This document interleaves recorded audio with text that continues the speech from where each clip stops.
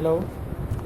So today we are going to continue with the exercise 2.1.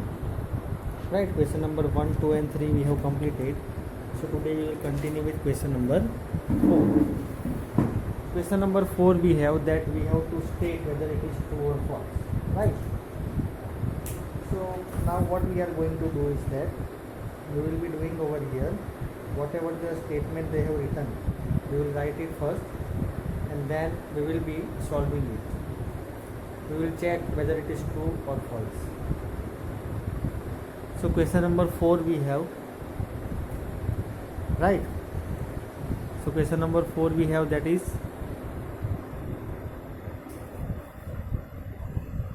true or false. Exercise 2.1. Exercise 2.1. Answer 4. In that first one,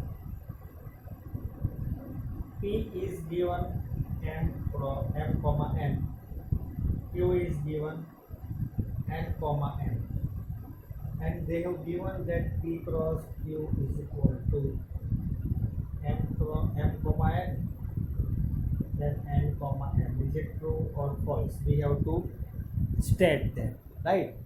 Now listen, actually P cross Q is m comma n, comma m comma n, then n comma n, then n comma m, like that way. But here it is, so it is false. Clearly it is false. So what is the correct thing? You know that m comma n, right? Correct thing you write it, that is it is false, and correct thing, that is P cross Q is equal to m comma n, then comma m comma m, again comma n comma n, again comma n comma m. So that will be your correct answer. So this first one is given, that is false, right? P cross Q is not this, P cross Q will be different. So this answer for first one, that is not. So write down this in your notebook. Now second, in this only, fourth one only, second, that is it is given that A and B are two non-empty sets. Okay, A and B are two non-empty sets. ठीक है, ये दोनों जो है वो कौन से हैं? नॉन एम्प्टी, मतलब कि दोनों एम्प्टी नहीं है. ठीक है, उसमें कुछ ना कुछ तो है. ठीक है, तो दिस इज गिव. चलो, और दूसरा क्या दिया हुआ है? ए क्रॉस बी. तो उन्होंने ये कहा कि अगर एक ए और बी दोनों टू नॉन एम्प्टी सेट्स है तो ए क्रॉस बी भी नॉन एम्प्टी सेट्स ही होगा. Yes, it is true. और जो भी मतलब बनेगा सेट, उसमें जैसे कि मान लो कि एक्स वाई बना, क्वेश्चन में दिया हुआ है, तो ये जो है वो ए से बिलोंग करेगा और ये जो है वो बी से बिलोंग करेगा. Yes, absolutely it is correct. So it is true. ठीक है, सेकंड जो है that is true. Why it is true? देखो, उन्होंने स्टेटमेंट ये दी है कि A comma B is non empty sets. ठीक है, ए एक नॉन एम्प्टी सेट है, बी भी नॉन एम्प्टी सेट है. तो उन्होंने ये कहा है कि ए क्रॉस बी जो बनेगा that also will be non empty set and it will be set of the form x comma y when x will be belongs to a and y belongs to b. उन्होंने ऐसा लिखा हुआ है. ठीक है, x will be belongs to a and y will be belongs to b. Yes, it is correct. So therefore that particular second one is correct. Now let us move with the third one. You have to write everything in your notebook, right? So third one में ऐसा दिया हुआ है कि a is equal to 1 comma 2, b is equal to 3 comma 4. तो a cross b intersection 5 will be equal to 5. It is true और not. अब मेरी बात को सुनो, b इंटरसेक्शन 5 जो है, किसी भी सेट का हम इंटरसेक्शन करेंगे 5 के साथ तो वो क्या मिलने वाला है? 5. और a इंटरसेक्शन 5 तो 5 ही मिलेगा ना. That is true. Therefore this particular answer is true.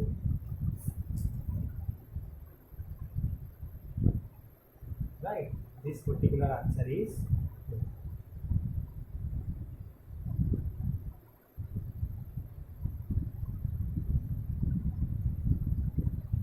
Write down this in your notebook. चलो, तो question number 4 is clear. Now question number 5, set A is given, set A is given, that set A is equal to -1, 1. So we have to find A cross A cross. तो set A को हम 3 बार लिख देते हैं, ठीक है। A is equal to -1, 1 and A is equal to -1, 2, 3। चलो, ए cross है। तो सबसे पहले तो मेरी बात को सुनना है, ए क्रॉस जे जो बनेगा -1, -1, ठीक है। लास्ट में -1 नहीं रखते हैं, फर्स्ट दोनों में माइनस। अब ऐसा करते हैं कि बीच में माइनस नहीं रखते हैं, फर्स्ट और लास्ट में माइनस। अब ऐसा करते हैं कि फर्स्ट में माइनस, अदर बोथ में पॉजिटिव, और लास्ट दोनों में माइनस, ठीक है। बीच में माइनस 1, 1 -1, 1। चलो, और कोई पॉसिबिलिटी है? 1, 2, 3, 4, 5, 6, 7, 8। 1, 2, 3, 2 power 3, 8। Yes, correct. So this elements are there in A cross A. ठीक है ना, इजी है। अगर इसमें अगर ये आपने फर्स्ट यहाँ पे लिख दिया, ये यहाँ पे लिख दिया और ये यहाँ पे लिखा, तो भी करेक्ट है, राइट। तो ये जो हमने तीनों सेट बनाए हैं, ठीक है। तो ए जो है वो एक्चुअली 3 बार लिखने की ज़रूरत नहीं है, लेकिन फॉर योर इजीनेस मैंने यहाँ पे ऐसा लिखा हुआ है, राइट। अगर आप तो एक ही बार लिखते हो then also it is correct only. So this is your set which is A cross A, right. चलो, now answer number 6। Answer number 6 we have, that is A cross C. This is very easy question. This type of example we have done. Answer number 6 actually मुझे करवाने की ज़रूरत नहीं, मैंने है ना already आपको एग्जाम्पल में करवाया हुआ था। इसमें जो है A क्रॉस B की वैल्यू दी हुई है, तो A का जो सेट आएगा वो आएगा A, B, और B का जो सेट आएगा वो आएगा X, Y। चेक कर लो, ये आंसर है। अगर आप जैसे ही क्वेश्चन देखोगे, ठीक है, तो सिंपल सी चीज़ है भाई कि अगर जो ये जो अंदर के सेट रहते हैं, ठीक है, उसमें जो फर्स्ट रहता है ना, ए क्रॉस बी लिखा है, तो ए क्रॉस बी, तो फर्स्ट जो है वो ए का रहेगा और सेकंड जो है वो बी का रहेगा। तो ए फर्स्ट में लिखा हुआ है और बी भी फर्स्ट में लिखा हुआ है, और एक्स और वाई दोनों सेकंड में है। तो your answer, you see, now you do one thing, that is, आप एक बार क्वेश्चन को पढ़ो अभी ध्यान से। सेट ए क्रॉस बी दिया है वो, ठीक है, ए क्रॉस बी जो दिया हुआ है ना, तो और ये आंसर वेरीफाई करो, फटाक से आप आंसर दे सकते हो। इसमें कोई question number 6 is not that much very big thing. चलो, तो I hope that this is clear, right. Now let us move with answer number 7। Answer number 7, we have answer 7, that is set A is given. हाँ, ये question में थोड़ा मजा आएगा, ठीक है।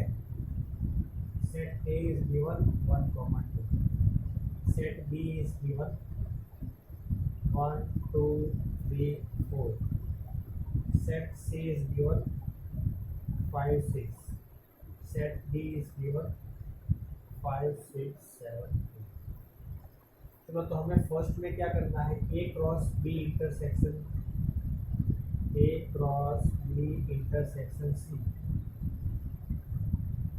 is equal to A cross B intersection A cross C। हो जाएगा आपसे? नहीं होगा? सिंपल है ना, हो जाएगा। देखो, B इंटरसेक्शन C आप फाइंड करो, B इंटरसेक्शन C क्या होगा? What will be the answer for B intersection C?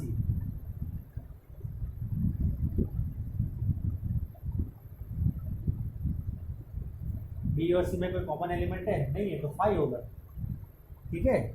और ए क्रॉस बी में और ए क्रॉस सी में, ए क्रॉस बी और ए क्रॉस सी में कोई इंटरसेक्शन है? नहीं है, तो दोनों का आंसर 5 मिलेगा, ठीक है। कोई एलिमेंट सेम है ही नहीं, तो कैसे भाई हो सकता है? दोनों में आंसर सेम ही मिलेगा ना, प्रूव हो जाएगा, राइट। देखो, कुछ नहीं करना है इसमें, you first of all you find B intersection C, that is nothing but 5 और A क्रॉस 5 क्या है 5, ये हमारे आ गई है, हो गया सर। और आप इसे सॉल्व करो, वो भी 5 ही मिलेगा, दोनों इक्वल हो गया, बस दैट्स इट, हो गया। A क्रॉस B क्या है 1,5 1,6 2,5 2,6, अरे sorry A intersection B find करो 1,1 1,2 1,3 1,4 2,1 2,2 2,3 2,4 और A इंटरसेक्शन C फाइंड करो 1,5 1,6 2,5 2,6, कोई एलिमेंट सेम है नहीं है तो फिर 5, दोनों इक्वल हो गए ना, फर्स्ट वन हो गया। और इसका ही सेकंड पार्ट है वो भी आप कर लेना, ठीक है। A cross C is subset of B cross D, वो भी हो जाएगा। A क्रॉस C जो है वो सबसेट है A क्रॉस D का, तो दैट यू फाइंड। देखो first you find A cross, ठीक है, then you find A cross B, ठीक है, then you can write from above A cross C is a subset of A cross D, क्योंकि A cross C के जो सारे elements है वो A क्रॉस D में है, तो दैटफॉर इट इज अ सबसेट, ठीक है। सो ऐसे सब जो होते हैं वो थोड़े मतलब कि क्या है कि एप्लीकेशन बेस्ड रहते हैं थोड़े, तो थोड़े उसके लिए सेट्स का जो नॉलेज है वो रहना चाहिए, ठीक है। नाउ आंसर नंबर 8,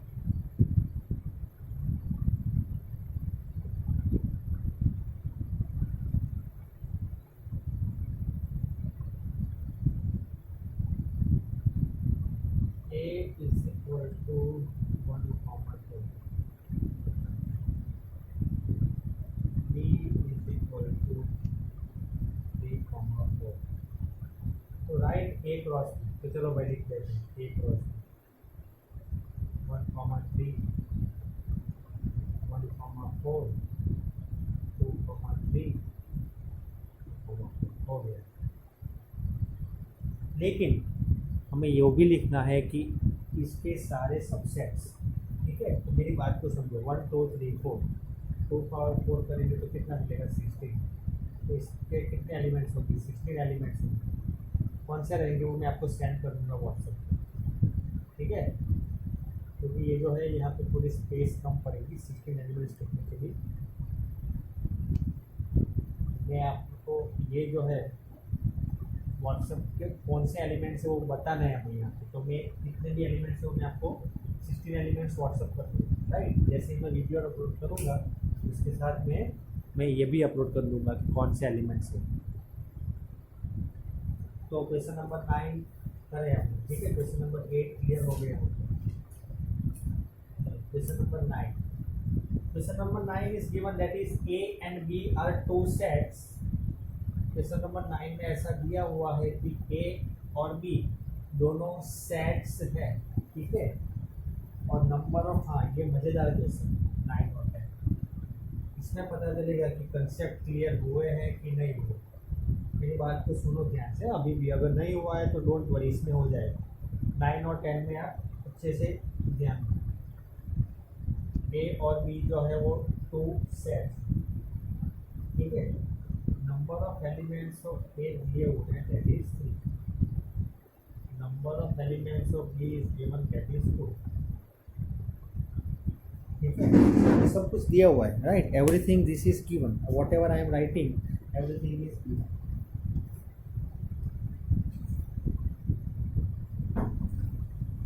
चलो इसके बाद क्या दिया हुआ है आंसर 9 में कि ये जो A क्रॉस B के जो एलिमेंट्स है वो ये है x, 1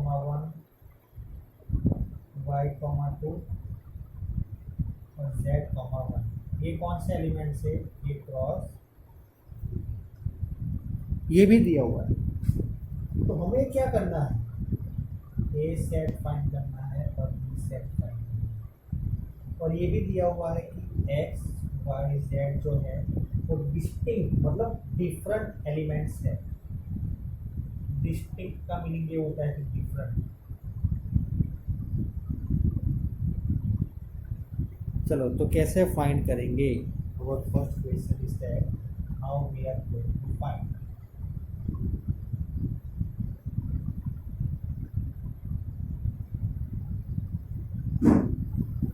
ठीक है,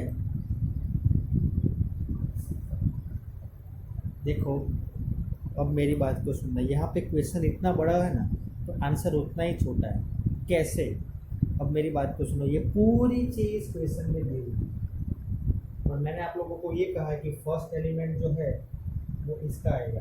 जो भी दोनों जो भी क्रॉस में होंगे तो फर्स्ट एलिमेंट जो है एक्स वाई जेड तो ए का रहेगा।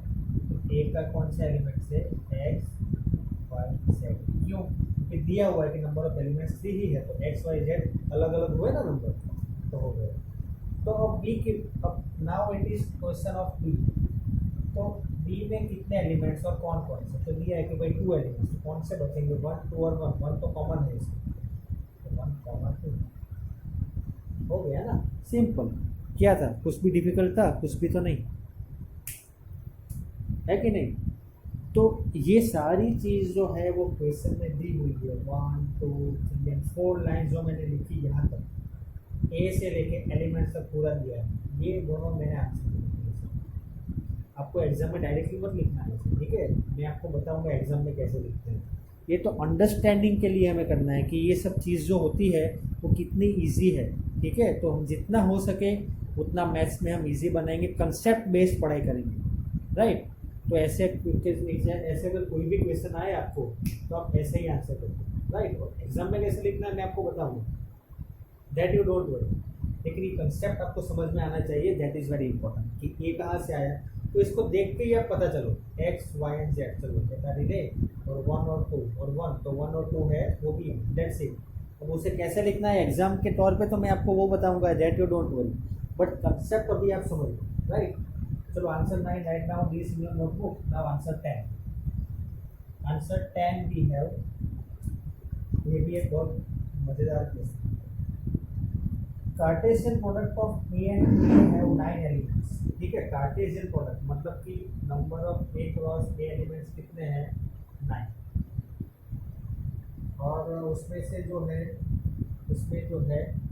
वो है -1, 0 एंड 0, 1, ये इसके एलिमेंट्स हैं।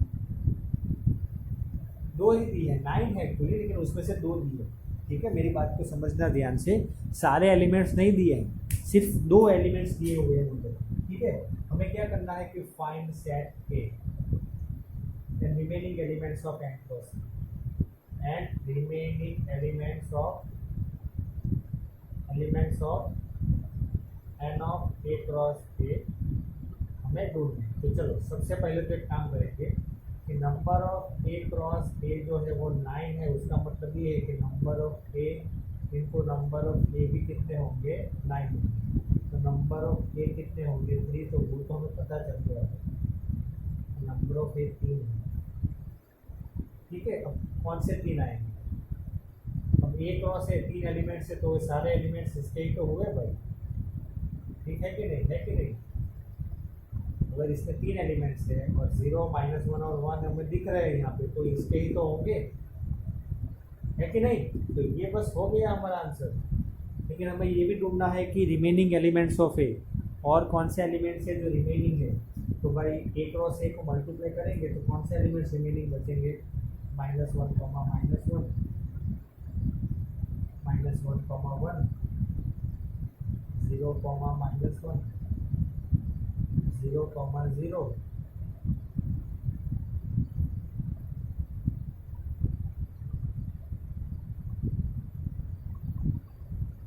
1, -1,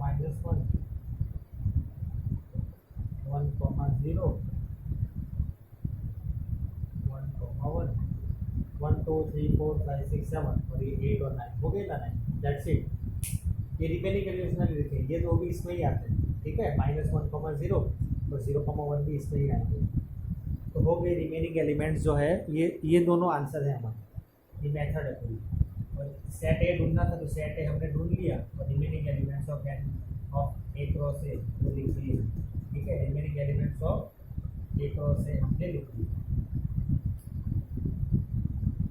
ठीक है? So this was your answer number 10। तो यहाँ पे हमारी एक्सरसाइज जो है कंप्लीट हो गई, राइट? ये एक्सरसाइज में कोई कंफ्यूजन, मैंने मोस्टली हो सके उतने सम्स बोर्ड पे करवाए हैं यहाँ पे, राइट? तो अभी आप लोगों को कुछ भी कंफ्यूजन है तो मुझे बताना, तो मैं सॉल्व करवाऊँगा, राइट? तो उसके बाद हम नेक्स्ट टॉपिक स्टार्ट कर देंगे, right. So from tomorrow we will start the next topic, right. Okay, so thank you very much, have a great day.